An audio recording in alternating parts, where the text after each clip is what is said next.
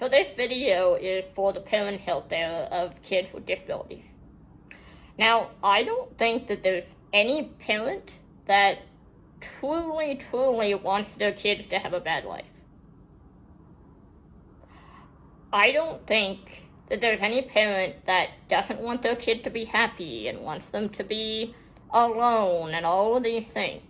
I think most parents want their kids to be happy, healthy, have a good education, get a good job, have good friends, have relationships with people that are healthy. All of these things, all of the things that everybody else is entitled to and deserves. However, I also understand how scary it can be when you find out that your child has a disability, or that you're having a child with a disability. I can understand how scary that uncertainty can feel, how scary that worry can be, that not knowing what kind of life they're gonna have. However, what I want to say to you is please don't let your fear hinder your child from having a good life. Don't let your fear hinder your child or children from having relationships, from making friends, from having an education, from anything. Advocate for your kid.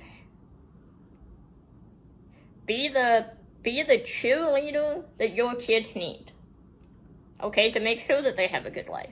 Because, yeah, unfortunately, there are assholes out there who will say, oh, well, your child isn't smart enough, or isn't good enough, or isn't strong enough to do certain things. And yes, they absolutely need a cheerleader. They need you to advocate for them when they can't advocate for themselves. But they also need you to empower them, to encourage them, to give them the confidence in themselves that they need in order to be successful.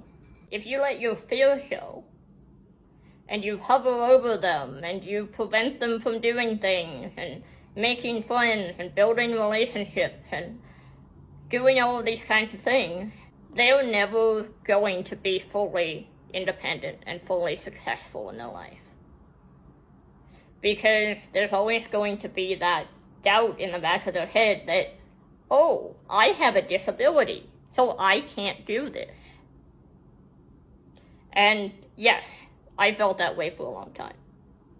I felt like, oh, I can't do this because I have a disability. I can't mow the grass at my family farm because I have a disability. I can't drive a boat with help because I have a disability. I can't be a YouTuber or a social media influencer because I have a speech impediment. I can't fly to England to meet my future wife because I have a disability. All of these things, all of this self-doubt, because one of my parents allowed their fear to get in my head. You want your kids to be successful. You want your kids to have the best life, to live their best life. So do that by supporting them, by encouraging them, by empowering them, by helping them learn to stand up for themselves, by helping them learn to be really good advocates. Because that is how they'll be successful.